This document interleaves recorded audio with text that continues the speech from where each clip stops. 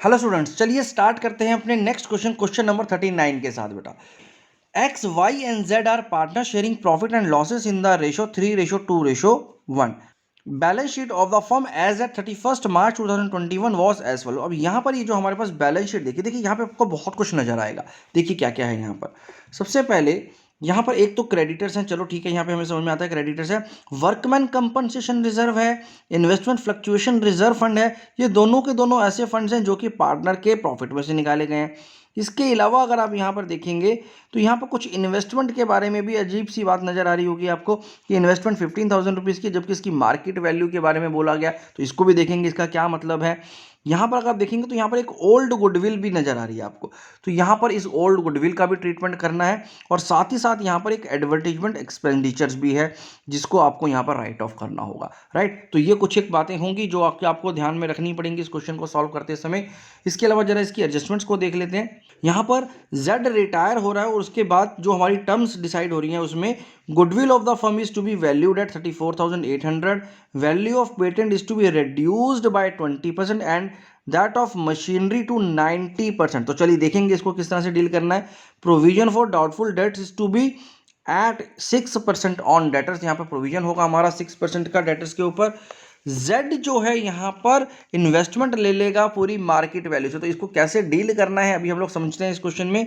Liability एक हमें यहाँ पर बना करके रखनी है बेटा जो कि 750 रुपये की होगी, तो उसको भी हम लोग देखेंगे जो कि वर्कमैन कंपनसेशन की है।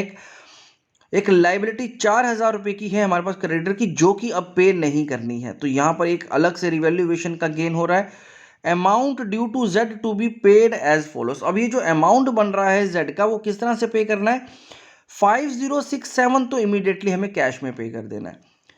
50% of the balance with in 1 year and the balance bye draft for 3 months. तो यहां पर अब 3 तरह से इसकी पेमेंट होगी। पहले तो कैश में यहां पर या फिर बैंक में हम इसको 5067 का एक चेक दे देंगे। 50% का जो अमाउंट है वो अब हम 1 साल के बाद देंगे, यानी उसका लोन अकाउंट बन जाएगा और एक बिल बन जाएगा बेटा, एक ड्राफ्ट बन जाएगा 3 मंथ्स के डेट का, जो कि बैलेंस अमाउंट का होगा। 50% का हाफ ऑफ द अमाउंट होगा। राइट, इस क्वेश्चन के अंदर हमें यहां पर जर्नल एंट्रीज पास करनी है for the treatment of goodwill. तो give necessary journal entries for the treatment of goodwill, prepare revaluation account, capital account and balance sheet of the new firm. तो चलिए हम इस पर स्टार्ट करते हैं। इससे पहले कि हम इसके सॉल्यूशन की बात करें, एक इंफॉर्मेशन आपके लिए। स्टूडेंट्स, अन अकेडमी आपके लिए लाया है सुपर कमांडोस। जी हाँ, ये एक ऐसा बैच है जो कि आपको सीए फाउंडेशन की प्रिपरेशन कराएगा ताकि आप मई 2022 के अटेम्प्ट को इजीली क्रैक कर सके। ये बैच जो एक प्लस बैच है स्टार्ट हो रहा है 29 दिसंबर से बेटा। ये एक कंप्रीहेंसिव बैच होगा जिसमें आपको इंडिया के टॉप एडुकेटर्स मेंटर करने वाले हैं, आपको सीए फाउंडेशन की प्रिपरेशन कराने वाले हैं। इस सब्सक्रिप्शन में आपको लाइव इंटरेक्टिव क्लासेस तो मिल ही रही हैं, साथ साथ आपको यहाँ पर रिकॉर्डेड लेक्चर्स मिल रहे हैं जो कि अनलिमिटेड वॉच टाइम के साथ होंगे आपके पास। इस सब्सक्रिप्शन में आप सभी एडुकेटर्स के नोट को भी एक्सेस कर पाएंगे। साथ ही साथ इसमें जो हर 4th सेशन होगा वो एक डाउट सॉल्विंग सेशन होगा जो कि आपके कंसेप्ट को और ज्यादा स्ट्रॉन्ग करेगा और आपको एक कॉन्फिडेंस देगा। अपडेटेड स्टडी मटेरियल के साथ साथ बहुत सारे प्रैक्टिस मॉक टेस्ट पेपर्स भी आपको यहां पर मिलेंगे। यहां पर आपको ऑन द गो नोट्स भी मिलेंगे जो सीए फाउंडेशन के लिए हैं। उसमें चैप्टर वाइज नोट्स होंगे, कलरफुल नोट्स होंगे जिसमें एनिमेशन, चार्ट्स, हाईलाइटेड पोर्शंस मिलेंगे जो कि इंपॉर्टेंट पार्ट हो सकते हैं, समरी मिलेगी, प्रैक्टिस क्वेश्चंस मिलेंगे। ये बहुत कुछ मिलने वाला है। इस प्लस सब्सक्रिप्शन को आप 6 मंथ्स, 12 मंथ्स और 24 मंथ्स के ऑप्शन के हिसाब से ले सकते हैं जो कि बहुत ही रीजनेबल रेट्स पर आपको मिल रहा है। सीए फाउंडेशन के साथ साथ सीए इंटरमीडिएट को भी क्लब करके कॉम्बो सब्सक्रिप्शन ले सकते हैं। प्लस सब्सक्रिप्शन के अलावा आपके पास आइकॉनिक सब्सक्रिप्शन और कॉम्बो आइकॉनिक सब्सक्रिप्शन का भी ऑप्शन होगा। तो चलिए अब तैयार हो जाइए और बूस्ट कर लीजिए अपनी प्रिपरेशन को जो कि सीए फाउंडेशन के एग्जाम के लिए होगी। अन अकेडमी के ऐप को डाउनलोड कर करके ये सब्सक्राइब कर सकते हैं और सब्सक्राइब करते समय आपको मेरा कोड जो कि नीरज 2022 है और इस डिस्क्रिप्शन में भी उसकी डिटेल्स दे रखी हैं, उसे यूज करते हैं तो आपको 10% का एडिशनल डिस्काउंट मिलता है बेटा। आगे कंटिन्यू करते हैं हम लोग अपने क्वेश्चन के साथ। तो चलिए बेटा, सबसे पहले यहां पर हम लोग गुडविल का ट्रीटमेंट कर लेते हैं। गुडविल का ट्रीटमेंट पहले क्यों कर रहे हैं आज हम लोग, क्योंकि यहाँ पर हमसे गुडविल का एक अलग से जर्नल एंट्री मांगा है बेटा। तो जर्नल एंट्रीज में हमें सिर्फ गुडविल का ट्रीटमेंट मांगा है। तो और वैसे भी हमें कैपिटल अकाउंट के अंदर भी गुडविल के लिए कैलकुलेशन करनी है, तो पहले हम लोग इसकी गुडविल का ट्रीटमेंट कर लेते हैं, ताकि एक काम हमारा यहाँ पर खत्म हो जाएगा। तो चलिए देखते हैं कि गुडविल का ट्रीटमेंट कैसे होगा। तो यहाँ पर जो हमारे पास गुडविल की इंफॉर्मेशन दे रखी है, उसमें बोला है कि goodwill of the firm is to be valued at 34,800। तो एक बात तो यह समझ में आ गई कि यहाँ पर अगर हम लोग बात करें गुडविल की, तो सबसे पहले हम लोग एक वर्किंग बना लेते हैं, जिसमें हमारे पास क्या गिवन है बेटा, फर्म की जो गुडविल है वो गिवन है। वो कितनी वैल्यूएशन कर करके निकली है हमारे पास, वो है हमारे पास 34,800 रुपीज़ की, राइट। अब इसके अलावा हमारे पास इंफॉर्मेशन ये देखनी पड़ेगी कि कहीं पर कुछ प्रॉफिट शेयरिंग रेशो में चेंजेस तो नहीं हो रहे इन पार्टनर्स के। तो यहाँ पर कहीं पर भी ऐसी कोई इन्फॉर्मेशन नहीं है। तो अगर आपको ये नहीं पता हो कि आगे जाकर के जो रिमेनिंग पार्टनर है एक्स और वाई, वो किस रेशो में अपना शेयर रखेंगे, तो इसका मतलब है कि ये अंडरस्टूड है कि वो इसी रेशो में अपने आप को आगे बढ़ाएंगे, यानी 3:2 होगा अब इनका नया प्रॉफिट शेयरिंग रेशो। और यही इनका गेनिंग रेशो भी हो जाएगा बेटा इस केस में। यानी ये जो हिस्सा Z छोड़ने वाला है, इस Z के हिस्से को ये 3:2 में ही आपस में डिस्ट्रीब्यूट करेंगे। तो इसका मतलब इनका जो गेन है वो 3:2 ही होने वाला है। तो चलो अब इसी बेसिस पर हम लोग अब इनके शेयर्स की बात कर लेते हैं। तो सबसे पहले जो हमारा रिटायरिंग पार्टनर है Z, तो Z का जो शेयर है इन गुडविल वो कितना है, तो Z share in goodwill is 34,800 rupees में इसका जो शेयर था बेटा, Z का जो शेयर हमारे पास गिवन है वो है 1/6 में। तो 1/6 का जो इसका शेयर था, इसके हिसाब से 5,800 रुपीज़ का अमाउंट इसका बनता है गुडविल के अंदर, जिसको कौन कंपनसेट करने वाला है बेटा, इसको कंपनसेट करेंगे X और Y अपने गेनिंग रेशो में। तो यहां पर X2 कंपनसेट, X कितना कंपनसेट करने वाला है, यहाँ पर X कंपनसेट करने वाला है इस 5,800 में जो भी इसका गेन होने वाला है। गेन इसका क्या है बेटा, अभी अभी हम लोगों ने समझा कि इसका जो गेन है वो 3/5 है, यानी 3:2 में ये दोनों गेन कर रहे हैं। तो 3/5 जो है इसका गेन हो जाएगा। तो 3/5 से जब मैं इसको कैलकुलेट करूंगा तो X को पे करना पड़ेगा 3,480 का अमाउंट।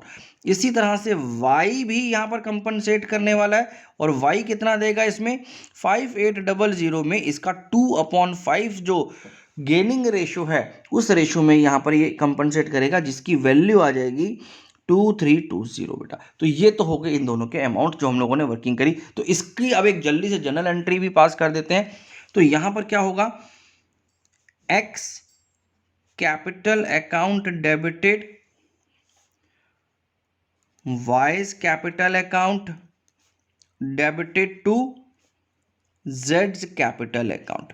तो बस ये हो गया हमारा गुडविल का ट्रीटमेंट। Z को मिलने वाला है 5,800 रुपीज़, जिसमें से X देने वाला है बेटा 3,480 और Y देने वाला है 2,320 रुपीज़। तो ये हो गया हमारा गुडविल का ट्रीटमेंट, राइट। तो पहला तो काम हम लोगों ने ये कर लिया कि ये जो जनरल एंट्री हमसे गुडविल की मांगी गई थी वो हमने दे दी। नेक्स्ट जो हमसे क्वेश्चन ये मांगा है वो है बेटा रिवैल्यूएशन अकाउंट। चलिए बेटा, तो अब सबसे पहले हम लोग यहाँ पर रिवैल्यूएशन अकाउंट को अपडेट करते हैं और देखते हैं इससे रिलेटेड क्या क्या एडजस्टमेंट्स हैं हमारे पास। तो यहाँ पर अगर हम लोग देखेंगे तो सबसे पहले तो गुडविल की बात हुई थी, जो कि हम लोग ऑलरेडी बात कर चुके हैं, जिसके हम लोग जनरल एंट्री पास कर चुके हैं। Value of patent is to be reduced by 20%। तो यहाँ पर अब हमारा जो पेटेंट्स है, यहाँ देखिए ये पेटेंट्स दिखाई दे रहे हैं 10,000 रुपीज़ के, इसे हमें रिड्यूस करना है 20% से। तो सबसे पहले इसको यहाँ पर कर लेते हैं, यहाँ पर मेंशन। तो इसका मतलब क्या हुआ, क्योंकि पेटेंट्स रिड्यूस हो रहे हैं, तो इसलिए रिवैल्यूएशन अकाउंट के डेबिट साइड में आ जाएंगे, एक नुकसान है। और ये 10,000 रुपीज़ की वैल्यू पर 20% हो गया बेटा 2,000 रुपीज़। तो यहाँ पर 2,000 रुपीज़ का रिवैल्यूएशन अकाउंट डेबिट हो जाएगा 2,000 रुपीज़ से। उसके बाद बोला है and that of machinery to 90%, और मशीनरी को भी रिड्यूस करना है लेकिन टू 90%। देखो बेटा लैंग्वेज का खेल, बाय 20% और टू 90%, दोनों में डिफरेंस क्या है। इसका मतलब है कि हमें 20% को कम करना है, और मशीनरी टू 90% का मतलब है मशीनरी को अब हमें उसकी वैल्यू के 90% पे रखना है, तो उसके लिए हमें 10% कम करना पड़ेगा। तो मशीनरी को हमें अब 10% यानी 50,000 के 50,000 के 10% कम करना है, यानी 5,000 रुपीज़ हमें यहाँ पर मशीनरी का भी कम करना है। तो चलिए यहाँ पर लिख देते हैं मशीनरी। तो मशीनरी को 5,000 रुपीज़ से आपने रिड्यूस कर दिया, राइट। आगे देख लेते हैं और क्या बोला है इसके अंदर। नेक्स्ट है बेटा, provision for doubtful debt is to be at 6% on debtors. अब डेटर्स पर 6% का हमें डाउटफुल डेटर्स बनाना है। यहाँ पर ऑलरेडी हमारे पास डाउटफुल डेटर्स बना हुआ है, ऑलरेडी हमारे पास प्रोविजन फॉर डाउटफुल डेट्स बना हुआ है बेटा।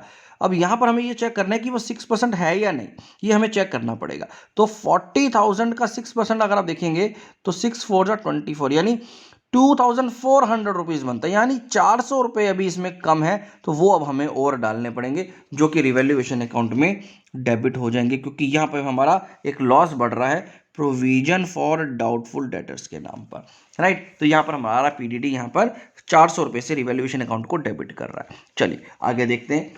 यहाँ तक हम लोगों ने सारी एडजस्टमेंट्स को देख लिया है। अगली एडजस्टमेंट्स यहाँ पर हैं।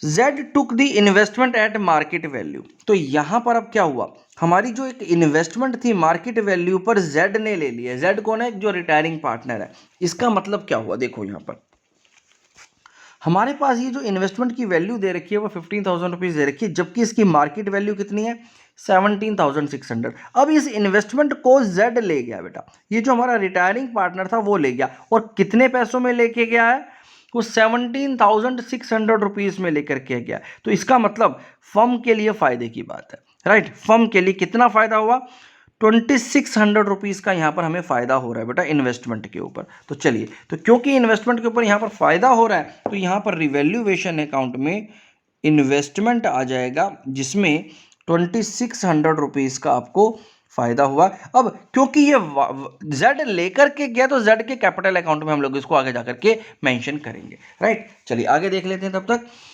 Liability for workman compensation to the extent of 750 is to be created. तो यहाँ पर हमारे पास एक वर्कमैन कंपनसेशन की एक लाइबिलिटी आई है, इसको हम लोग रिवैल्यूएशन अकाउंट में नहीं डालेंगे। क्यों नहीं डालेंगे, क्योंकि इसको कवर करने के लिए हमारे पास already workman compensation reserve fund है बेटा। अगर ये फंड नहीं होता तो फिर वो रिवैल्यूएशन अकाउंट में चला जाता, क्योंकि अब हमारे पास ऑलरेडी इसका फंड का पैसा पड़ा हुआ है, तो वो हम उसको लॉस में नहीं कंसीडर करेंगे, हम इसी अमाउंट में से उसको निकाल करके देंगे। तो फिलहाल के लिए रिवैल्यूएशन अकाउंट में इसका कुछ नहीं आना है, राइट। आगे देखेंगे इसको हमें क्या करना है। फिर एक बोल रहा है liability of ₹4,000 included in creditor is not to be paid. तो यहां पर देखेंगे तो एक क्रेडिटर्स हैं 4,000 रुपए की, जिसको हमें पे नहीं करना पड़ेगा। तो यहां पर हमें फायदा हो रहा है बेटा, तो यहां पर हमें फायदा हो रहा है, रिवैल्यूएशन अकाउंट में ये क्रेडिट हो जाएगा 4,000 रुपीज़ का। ये जो क्रेडिटर्स हैं ये अब हमारे नहीं जाएंगे, तो ये हमारे रिवैल्यूएशन अकाउंट के प्रॉफिट साइड में हमने रिकॉर्ड कर लिया बेटा। बस बेटा देखिए आगे कुछ भी नहीं है।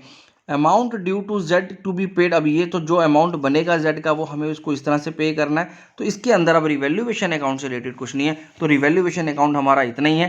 तो बस अब हम इसको फाइनल कर देते हैं, इसको टोटल कर करके देख लेते हैं कि कितना कितना वैल्यू कहाँ पर आ रहा है। तो अगर आप यहाँ पर देखेंगे तो आपको देख के पता चल रहा है कि ये साइड ज़्यादा बड़ी है। तो यहाँ पर जो इसका टोटल आ गया वो आ गया 7,400 रुपीज़ का बेटा, और इस 7,400 में से जब आप इसको माइनस करेंगे तो आपके पास जो बैलेंस बच रहा है वो बच रहा है 800 रुपीज़। तो ये 800 रुपीज़ क्योंकि इस साइड में बच रहा है, तो इसका मतलब क्या है, आपके लॉसेस ज़्यादा हैं और इनकम कम है, तो यानी यहाँ पर ये लॉस हो गया। तो ये आ जाएगा हमारे पास रिवैल्यूएशन लॉस, जो कि हमारे तीनों पार्टनर यानी X, Y और Z के ओल्ड रेशो में डिस्ट्रीब्यूट हो जाएगा। तो इनका जो ओल्ड रेशो है बेटा वो कितना गिवन है हमारे पास, वो गिवन है हमारे पास 3:2:1। तो इस 800 रुपये को आपको 3:2:1 में इसमें डिस्ट्रीब्यूट करना है, जिसमें X को मिल जाएगा 400 रुपीज़, 267 Y एंड 133 मिल जाएगा Z को बेटा। बस बेटा ये हो गया हमारा रिवैल्यूएशन अकाउंट का लॉस भी डिस्ट्रीब्यूट, राइट। तो चलिए यहाँ पर हमने रिवैल्यूएशन अकाउंट फाइनल कर लिया। अब जल्दी से हम लोग इसके कैपिटल अकाउंट की तरफ बढ़ते हैं बेटा। तो चलिए स्टूडेंट्स, अब इसके कैपिटल अकाउंट को सबसे पहले अपडेट कर लेते हैं। इस कैपिटल अकाउंट को अपडेट करने के लिए सबसे पहले हम लोग इनके बैलेंसेस को लेकर के आएंगे। तो यहाँ पर एक्स वाई और जेड के जो बैलेंसेस हमारी बैलेंस शीट में दे रखे हैं, हम लोग इन्हीं को यहाँ पर नोट करेंगे। तो देख लेते हैं कितना कितना बैलेंस है हमारे पास। तो यहाँ पर अगर आप देखेंगे तो एक्स का जो वैल्यू आ रहा है वो आ रहा है 68,000 रुपीज़ का जो बैलेंस गिवन है। 32,000 रुपीज़ है बेटा वाई का, और जेड का है 21,000 रुपीज़। जेड का है 21,000 रुपीज़। तो सबसे पहले तो आपने यहाँ पर इनके बैलेंसेस लिख लिए। तो ये आ गया हमारे पास बैलेंस ब्रॉट डाउन। इसके अलावा अब हमें यहाँ पर क्या करना है, अब इसके अलावा जितनी भी चीज़ें हम लोगों ने यहाँ पर देखी हैं और जो इनकी एडजस्टमेंट्स को समझा है उनको यहाँ पर इम्प्लीमेंट करना है। तो चलिए यहाँ से शुरू करते हैं। सबसे पहले ये जो गुडविल का हम लोगों ने जर्नल एंट्री किया था, हम उस गुडविल की जर्नल एंट्री के बेसिस पर इसको लेकर के आते हैं यहाँ पर। तो एक्स और वाई का जो अकाउंट है वो हमें डेबिट करना है इस अमाउंट से, और जेड के अकाउंट को क्रेडिट करना है। तो चलो कैपिटल अकाउंट पे कर देते हैं जल्दी से। सबसे पहले हम लोग जेड के कैपिटल अकाउंट में 5,800 रुपीज़ डालेंगे, लेकिन वो कैसे डालना है, एक्स के अकाउंट से 3,480 और वाई के अकाउंट से 2,320। तो यहाँ पर वाई के अकाउंट में 3,480 तो आ गया बेटा एक्स के कैपिटल अकाउंट से, और सॉरी ये हमारा जेड में जाएगा बेटा 3,480, और वाई के कैपिटल अकाउंट से कितना आ जाएगा, वाई के कैपिटल अकाउंट से 2,320 आ जाएगा, 2,320। यहाँ पर हमने क्या किया, ये जो एक्स और वाई ने जो कंपनसेट किया गुडविल का अमाउंट वो हमने यहाँ पर मेंशन किया। और क्योंकि अभी एक्स और वाई के अकाउंट से यह डेबिट भी करना पड़ेगा तो हम लोग यहाँ पर लिख देंगे। तो यहाँ पर किसके अकाउंट में जा रहा है, वाई के कैपिटल अकाउंट में जा रहा है, एक्स के अकाउंट से जा रहा है 3,480, जबकि वाई के अकाउंट से जा रहा है 2,320 बेटा। तो चलिए यहाँ पर हम लोगों ने गुडविल वाली बात भी मेंशन कर दी है। इसके बाद यहाँ पर देखेंगे तो यहाँ पर एक रिवैल्यूएशन का लॉस था, एक्स वाई और जेड तीनों के अकाउंट को यहाँ पे हमें डेबिट करना है। तो ये हो गया हमारे पास रिवैल्यूएशन अकाउंट से जो भी लॉस हमने कैलकुलेट किया था रिवैल्यूएशन का, जिसमें एक्स को 400, 267 और 133 का अमाउंट यहाँ पर हमें लेकर के आना है। तो ये हो जाएगा 400, 267 और 133 जेड को डेबिट हो गया बेटा, राइट। तो चलिए सबसे पहले हम लोगों ने यहाँ पर ये काम निपटा लिया बेटा। अब जरा हम लोग अपने एडजस्टमेंट्स पर आते हैं वापस। चलिए तो अगर आप यहाँ पर देखेंगे तो ये सब चीज़ें तो रिवैल्यूएशन अकाउंट में ऑलरेडी हम लोग कंसीडर कर चुके हैं। आगे बढ़ते हैं। Z took the investment at market value. यहाँ पर देखें, अब यहाँ पर क्योंकि Z ने एक इन्वेस्टमेंट लिया था तो इस इन्वेस्टमेंट को अब मुझे यहाँ पर इसके कैपिटल अकाउंट में एडजस्ट करना पड़ेगा। तो चलो सबसे पहले इसी को कर लेते हैं। तो यहाँ पर क्या हुआ बेटा, यहाँ पर हमारे पास इन्वेस्टमेंट अकाउंट से Z का अकाउंट डेबिट हो गया, और कितने की इन्वेस्टमेंट लिया इसने, 17,600 रुपीज़ की, जो कि मार्केट वैल्यू हमें गिवन थी, राइट। तो यहाँ पर ये जो 17,600 रुपीज़ की वैल्यू थी इन्वेस्टमेंट की, ये अब वाई ने ले लिए, तो इसलिए हमने वाई के कैपिटल अकाउंट में उसको डेबिट कर दिया, और ये पैसा अब हमें कम देना पड़ेगा Z को, राइट। तो उसके बदले में उसने इन्वेस्टमेंट ले लिए। आगे देखते हैं और क्या था हमारे पास। इसके बाद है liability of workman compensation to the extent of 750। ये हमें अब एडजस्ट करना है। तो देखो अब क्या होता है, क्योंकि यहाँ पर हमारे पास वर्कमैन कंपनसेशन रिजर्व फंड बचा हुआ है बेटा, राइट। तो यहाँ पर जो 12,000 रुपये का रिजर्व फंड में पैसा था उसमें से 750 रुपीज़ की तो एक लाइबिलिटी क्रिएट हो गई, राइट। और जो बाकी का अमाउंट बच गया इस वर्कमैन कंपनसेशन रिजर्व का, उसका क्या करेंगे, क्योंकि आपको ये हटाना तो है यहाँ पे, और ये पार्टनर का पैसा है तो इसको पार्टनर्स में बांट देंगे। तो इसका मतलब वर्कमैन कंपनसेशन रिजर्व को हमें पहले पार्टनर में बांटना है, और कितने अमाउंट को बांटना है, 12,000 रुपीज़ में से 750 रुपीज़ की जो लाइबिलिटी आई हुई वर्कमैन कंपनसेशन की, इसको निकालने के बाद जो अमाउंट बच गया वो हमें यहाँ पर बांटना है। तो इसका मतलब 11,250 रुपीज़ को अब हमें तीनों पार्टनर्स में इनके 3:2:1 में डिस्ट्रीब्यूट करना है। तो चलिए कर देते हैं। तो सबसे पहले हम लोग ने यहाँ पर वर्कमैन कंपनसेशन रिजर्व फंड को यहाँ पर डिस्ट्रीब्यूट करते हैं, जिसमें कितना वैल्यू था बेटा, अब जो इसमें वैल्यू है वो 12,000 रुपीज़ में से 750 रुपीज़ को माइनस करने के बाद 11,250 रुपीज़ बच गया। इस 11,250 रुपीज़ को मुझे अब एक्स वाई जेड को बांट देना है इनके रेशो, जो कि है 3:2:1। तो जब आप इसको 3:2:1 में डिस्ट्रीब्यूट करेंगे तो एक्स के अकाउंट में चला जाएगा 5625, वाई के अकाउंट में चला जाएगा 3750 और Z के अकाउंट में जाएगा 1875। तो इस तरह से आपने ये वाला अमाउंट जो वर्कमैन कंपनसेशन रिजर्व का था उसको हमने यहाँ पर डिस्ट्रीब्यूट कर दिया बेटा। इसके अलावा अगर आप देखेंगे तो एक और फंड हमारे यहाँ पर नजर आ रहा है जो कि है investment fluctuation reserve. Investment fluctuation reserve कितने का बेटा? 6000 का। और इसकी जरूरत नहीं पड़ी क्योंकि कहीं पर भी इन्वेस्टमेंट हमारी कम नहीं हुई थी, बड़ी ही थी। ये तब यूज होता है जब हमारी इन्वेस्टमेंट कम हो रही हो, क्योंकि इन्वेस्टमेंट हमारी बड़ी थी तो इसलिए अब हमारे इसका यूज नहीं होगा और इसको अब जरूरत भी नहीं है हमारे को, तो इसको हम यहाँ पर डिस्ट्रीब्यूट कर देना है। तो 6000 रुपीज इन्वेस्टमेंट फ्लक्चुएशन रिजर्व के भी इन तीनों पार्टनर्स में 3:2:1 में बांट देंगे। तो इन्वेस्टमेंट फ्लक्चुएशन रिजर्व के नाम पर 3000 रुपीज तो एक्स के अकाउंट में, 2000 रुपीज वाई और 1000 रुपीज जेड के अकाउंट में क्रेडिट हो जाएंगे। राइट, चलिए तो ये भी हम लोगों ने यहाँ पर देख लिया बेटा।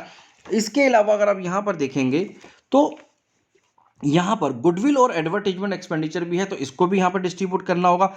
गुडविल और एडवर्टीजमेंट एक्सपेंडिचर अकाउंट को राइट ऑफ करने के लिए हमें क्या करना पड़ेगा? हमें पार्टनर के कैपिटल अकाउंट्स को डेबिट करना पड़ेगा। तो गुडविल का अमाउंट है 6000 रुपीज़ का, तो यानी यहाँ पर 6000 रुपीज़ गुडविल के नाम पर डेबिट हो जाएगा। तो यहाँ पर आ गया बेटा गुडविल, और इस गुडविल में 6000 रुपीज़ की जो वैल्यू थी वो इन तीनों पार्टनर्स में बढ़ जाएगी, जिसमें 3000 रुपीज़ एक्स, 2000 रुपीज़ वाई और 1000 रुपीज़ जेड, जो कि इनके प्रॉफिट शेयरिंग रेशो 3:2:1 के हिसाब से हमने डिस्ट्रीब्यूट कर दिया 6000 रुपये की गुडविल को, जो कि हमारी बैलेंस शीट में दिखाई दे रही थी।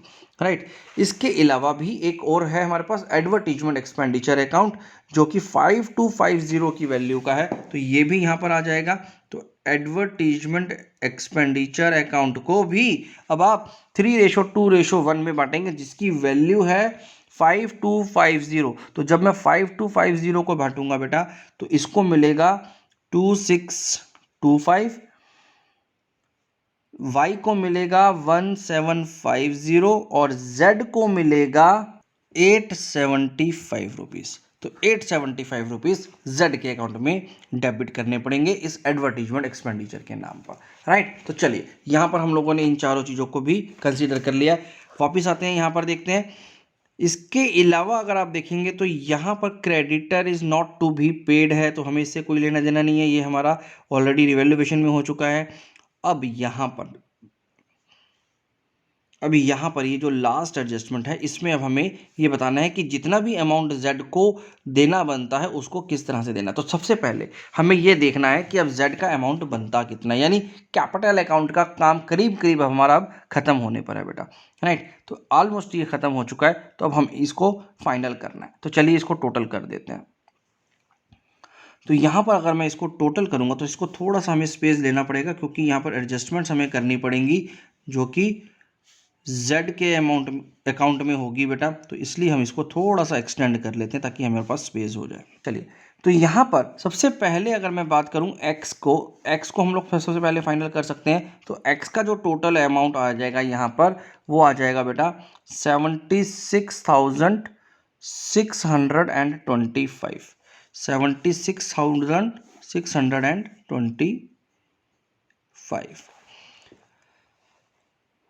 अब यहाँ का अगर मैं बैलेंस देखूँ तो इसका बैलेंस कितना बन गया बेटा? तो x का जो बैलेंस बन करके आ रहा है वो बैलेंस बन करके आ रहा है 67,120। तो ये हो गया हमारे पास x का अमाउंट। राइट, इसके बाद y का भी अमाउंट देख लेते हैं एक बार। तो y को पहले टोटल कर लेते हैं इस तरफ। तो y का जो टोटल आ रहा है वो आ गया है 37,750 रुपीज़। 37,750 में से अब ये सब चीज़ें माइनस करने के बाद जो मेरे पास इसका बैलेंस बच करके आ गया वो आ गया बेटा 31,430 13। अब बात करते हैं Z की। अब देखो Z का पहले इसका टोटल अगर मैं करूं तो Z के जो क्रेडिट साइड पे टोटल आ रहा है वो आ रहा है 29675। 29675 का टोटल आ गया बेटा। तो चलो लिख लेते हैं यहाँ पर 29675। अब इसके बाद अब हमें इसका बैलेंस निकालना है। तो यहाँ से अगर आप इसका बैलेंस निकालेंगे तो देखें बैलेंस कितना आता है पहले। तो सबसे पहले हम इसका बैलेंस निकाल लेते हैं, जो भी बैलेंस आएगा। अब इसका हमें बैलेंस निकाल लेंगे। अब जो भी इसका बैलेंस आएगा उस बैलेंस का हमें करना क्या है, तो यहाँ पर जरा ध्यान से देखें। जो भी इसका बैलेंस आएगा, अमाउंट ड्यू जो भी होगा Z का, उसमें से 5067 तो हमें इमीडिएटली पे कर देने हैं। यानी 5067 रुपीज़ तो मुझे यहाँ पर इसको पे कर देने हैं। कैसे? बैंक अकाउंट से। तो यहाँ पर इसको ये अमाउंट तो सीधा सीधा ऐसे ही चला जाएगा। उसके बाद क्या बच गया? उसके बाद अगर आप इसका टोटल कर करके देखेंगे तो उसके बाद बच गया बेटा 5000 रुपीज़, राइट। अब हमारे पास 29675 में से अगर आप इन सबको माइनस करके बैलेंसिंग फिगर निकालोगे तो बैलेंसिंग फिगर बन रही है हमारी 5000 रुपीज़। यानी ये जो 5000 रुपये है अब उसको हमें यहाँ पर देखना है कि कैसे कैसे डिस्ट्रीब्यूट होगा। और इसने बोला कि जो बैलेंस बच जाएगा ये देने के बाद, इस देने के बाद क्या बैलेंस बच गया, तो इसको देने के बाद हमारे पास 5000 रुपीज़ बचा। उस 5000 रुपीज़ में से जो 50% का बैलेंस है वो तो हमें 1 साल के बाद देना है, यानी लोन के रूप में रखना है। और बाकी का जो अमाउंट है उसको बीपी में डाल देंगे। तो यहाँ पर आपके पास बिल्स पेबल अकाउंट आ जाएगा जिसमें 2500 और एक Z का लोन अकाउंट आ जाएगा जिसमें भी 2500 रुपीज़ का अमाउंट यहाँ पर आएगा। चलिए एक बार मैं इसको आपको दोबारा से समझा देता हूँ यहाँ पर क्या हुआ। देखिए, जब मैंने यहाँ पर इस टोटल को अगर मैं देखूँ 29675 रुपीज़ का टोटल आया था, इसमें से अभी यहाँ तक हम छोड़ देते हैं, हम पहले इसकी बात करते हैं। अगर मैं इसमें से इन सबको माइनस कर देता हूँ तो इन सबको माइनस करेंगे तो कितना वैल्यू आ जाएगा बेटा? इन सबको अगर मैं माइनस करूँगा तो यहाँ पर ये जो इसका जो टोटल आया बेटा, ये सारा जो अमाउंट का टोटल आया वो 19,608 आ गया। यानी मैंने इस अमाउंट में से 19,608 को जब मैं माइनस करूंगा तो मेरे पास जो बैलेंस बच रहा है वो 10,067 रुपीज़ है। यानी ये अमाउंट अभी मुझे और इसको देना बनता है। किसको? Z का बैलेंस जो बच गया। Z का जो बैलेंस बच गया वो कितना बच गया बेटा? 10,067 रुपीज़। अब हमें क्या बोला कि इस बैलेंस में से 10,067 में से आप 5,067 रुपीज़ तो इमीडिएटली पे कर दो। ये हमने इमीडिएटली पे करने के लिए बोला है यहाँ पर, राइट। यहाँ पर बोला है हमें कि ये तो इमीडिएटली पे कर दो। तो मैंने यहाँ पर इसको इमीडिएटली पे करने के बाद जो बैलेंस बच गया वो कितना बच गया? 5,000। और अब इस 5,000 रुपीज़ में से 50% ऑफ द बैलेंस को हमें लोन में रखना है और 50% का एक ड्राफ्ट बना देगा। यानी इस 5,000 रुपये का आधा यानी 2,500 रुपये, 2,500 रुपीज़ का मैंने बिल्स पेबल में रख दिया और एक Z के लोन अकाउंट में ट्रांसफ़र कर दी, जो कि अब हम इसको 1 साल के बाद पे करेंगे, राइट। तो आई होप आपको अब ये समझ में आ गया होगा कि हमने इसको कैसे ट्रीटमेंट दिया। चलिए, तो बस बेटा यहाँ पर हमारा ये कैपिटल अकाउंट भी बन गया है। अब लास्ट एक जो हमें काम करना है वो हमें इसकी एक बैलेंस शीट बनानी है। तो चलिए जल्दी से एक बैलेंस शीट बना लेते हैं। तो चलिए बेटा अब इसके बैलेंस शीट को देखते हैं कि इसमें क्या क्या आने वाला है। तो यहाँ पर जो ऑलरेडी हमारे पास बैलेंस शीट है, इस बैलेंस शीट में हमारे पास सबसे पहले गिवन है 21,000 रुपीज़ के क्रेडिटर्स। ये जो 21,000 रुपीज़ के क्रेडिटर्स गिवन है बेटा, अब इसमें से कुछ क्रेडिटर्स हमारे कम हुए थे हमारी एडजस्टमेंट्स के हिसाब से। देखिए यहाँ पर हमें बोला था कि 4,000 रुपये के क्रेडिटर्स हमारे कम हो रहे थे। तो इसका मतलब यहाँ पर अब जो मेरे क्रेडिटर्स बच गए वो कितने के बच गए बेटा? वो बच गए 17,000 रुपीज़ के। यानी हमने इस वैल्यू में से इस वैल्यू में से 4,000 रुपीज़ के क्रेडिटर्स को कम कर दिया बेटा। इसके बाद वर्कमैन कंपनसेशन रिजर्व और इन्वेस्टमेंट फ्लक्चुएशन रिजर्व फंड को हम लोग ऑलरेडी डिस्ट्रीब्यूट कर चुके हैं, तो अब हमें इसको नहीं लेना। इसके बाद हमारे पास कैपिटल अकाउंट बेटा, तो कैपिटल अकाउंट को यहाँ पर मेंशन करेंगे, लेकिन उससे पहले क्योंकि अब यहाँ पर Z का एक लोन आ गया था बेटा, तो हम उसको भी यहाँ पर मेंशन कर देंगे। तो Z का एक लोन बन गया था जो कि 2,500 का था, और इसी के साथ साथ हमने एक बिल्स पेबल भी बनाया था जो कि एक ड्राफ्ट बना था हमारा 2,500 रुपीज़ का, जो हमने यहाँ पर अब लाइबिलिटी साइड में मेंशन कर दिया बेटा। और एक जो लास्ट काम बचना है हमारा, यहाँ देखें एक लाइबिलिटी आपने और यहाँ पर बनाई थी। यहाँ पर अगर आप देखेंगे तो यहाँ पर एक लाइबिलिटी फॉर वर्कमैन कंपनसेशन भी बनाया था आपने 750 रुपीज़ का, जिसको अब आपको यहाँ पर लाइबिलिटी साइड में रखना पड़ेगा। तो यहाँ पर वर्कमैन कंपनसेशन क्लेम अकाउंट आ गया एक 750 रुपीज़। बस बेटा यहाँ पर इतनी बातें होनी थी। फाइनली अब हम लोग इसका कैपिटल अकाउंट लिख सकते हैं। तो यहाँ पर जो कैपिटल अकाउंट्स की वैल्यू आ रही है उसमें एक्स और वाई अब दो सिर्फ पार्टनर बच गए हमारे, और इसका हम लोगों ने अभी अभी कैपिटल का बैलेंसेस फाइनल किया है बेटा। तो यहाँ देखते हैं पहले। तो यहाँ पर एक्स का जो कैपिटल है वो 67,120 रुपीज़ है, 67,120 रुपीज़, और वाई का जो कैपिटल है वो 31,413 है। तो 31,413 रुपीज़ हमारे वाई का बैलेंस है। तो इनको अगर मैं टोटल करूंगा बेटा तो इनका जो टोटल आ जाएगा वो आ जाएगा 98,533 रुपीज़। चलिए, तो ये तो होगी हमारी लाइबिलिटी साइड। अब हम बात करते हैं अपने एसेट साइड पर हमारे पास क्या क्या है। तो चलिए देखते हैं एसेट साइड की वैल्यूज़ को भी। यहाँ पर अगर आप देखेंगे एसेट साइड की वैल्यूज़ को, तो सबसे पहले है हमारे पास कैश एट बैंक। तो यहाँ पर हम लोग बैंक लिख लेते हैं सबसे पहले। तो कैश एट बैंक। अब कैश एट बैंक की अगर मैं बात करूँ तो हमारे पास जो बैलेंस दे रखा है 5750 का दे रखा है, लेकिन आपने कुछ कैश पे भी किया है बेटा। आपने यहाँ पर कुछ कैश पे भी किया है। किसको पे किया है? हमने जब Z के अकाउंट को सेटल किया था, यहाँ पर चलो यहाँ दिखा देता हूँ मैं आपको, यहाँ देख लीजिए। तो 5067 का अमाउंट हमने यहाँ पर उसको इमीडिएटली पे कर दिया। तो यानी अब जो मेरा ये कैश है 5750 का, इसमें से 5067 तो मेरे चले गए। तो बाकी जो बैलेंस बच गया, चलो मैं आपके लिए लिख देता हूँ यहाँ पर 5750 में से 5067 का अमाउंट आप पे कर चुके हो बेटा, राइट। तो अब आपके पास जो कैश में बैलेंस बच गया वो बच गया 683। अब यही अमाउंट हमारे बैंक अकाउंट में दिखाई दे रहा होगा, तो इसलिए हमने इसको यहाँ पर अपडेट कर दिया, राइट। चलिए अब आगे बढ़ते हैं।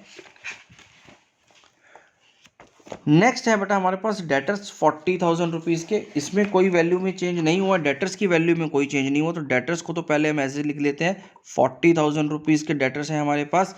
लेकिन ये जो प्रोविजन है बेटा, ये जो प्रोविजन है हमारा, ये चेंज हो गया था, क्योंकि इसको बढ़ा दिया था हम लोगों ने, और इसको 6% करने के लिए हमने इसमें 400 रुपीज़ और बढ़ा दिए थे। तो ये जो मेरा टोटल प्रोविजन हो गया वो 2400 रुपीज़ का हो गया।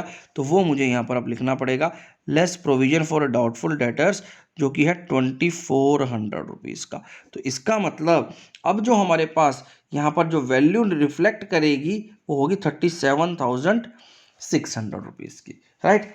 नेक्स्ट देखते हैं। नेक्स्ट है बेटा हमारे पास स्टॉक। यहाँ पर जो स्टॉक है वो 30,000 रुपीज़ का दे रखा है, और इसमें कोई चेंज नहीं हुआ है क्योंकि इसकी कोई एडजस्टमेंट नहीं थी। तो एज इट इज़ लिख देंगे हम लोग स्टॉक को। स्टॉक हो गया बेटा हमारे पास 30,000 रुपीज़ का। फिर नेक्स्ट है बेटा हमारे पास इन्वेस्टमेंट, जो कि हम लोग अब Z को दे चुके हैं। तो ये इन्वेस्टमेंट हमारी खत्म हो गई, Z ने इसको खरीद लिया था। पेटेंट्स की वैल्यू में कमी आई थी। अब ये जो हमारे पास पेटेंट्स हैं वो 2,000 रुपये कम हो गए थे जो हमने रिवैल्यूएशन अकाउंट में डाले थे, यानी अब जो पेटेंट्स बच गए हैं वो 8,000 रुपीज़ के बच गए हैं। तो यहाँ पर आ जाएगा पेटेंट्स हो गए अब हमारे पास 8,000 रुपीज़ की, क्योंकि 2,000 रुपीज़ हमारा रिवैल्यूएशन अकाउंट में हम लोग ऑलरेडी मेंशन कर चुके हैं। मशीनरी में भी अब हमारे पास 5,000 रुपीज़ कम हुआ था, यानी 10% से हमने मशीनरी को रिड्यूस कर दिया था। यानी अब हमारे पास जो मशीनरी की वैल्यू है वो 45,000 रुपीज़ आ गई है बेटा। तो ये हो गया हमारे पास मशीन 45,000 रुपीज़ का। आगे देखें अगर, तो इसके बाद गुडविल हम लोग ऑलरेडी डिस्ट्रीब्यूट कर चुके हैं। एडवर्टीजमेंट एक्सपेंडिचर्स भी हम लोग यहाँ पर राइट ऑफ ऑलरेडी कर चुके हैं। तो बस बेटा यहाँ पर हमारी बैलेंस शीट का भी काम पूरा हो गया। बस अब हमें इसको टोटल करना है, और ये क्वेश्चन हमारा एंड पर पहुँच गया बेटा। तो चलिए इसका टोटल कर लेते हैं। तो जब आप इसको टोटल करेंगे बेटा, तो यहाँ पर ये जो टोटल आ जाएगा वो टोटल आ जाएगा 1,21,283 रुपीज़ का, और यहाँ का भी टोटल वही सेम आएगा, जो कि होगा 1,21,283। तो बस बच्चे, यहाँ पर हमारा ये क्वेश्चन भी खत्म हो गया। आई होप आपको ये सारे क्वेश्चन जितने भी हम लोगों ने अभी तक इस चैप्टर के किए हैं वो सारे अच्छे से समझ में आए होंगे। आज की वीडियो में बस इतना ही बेटा। Thank you very much.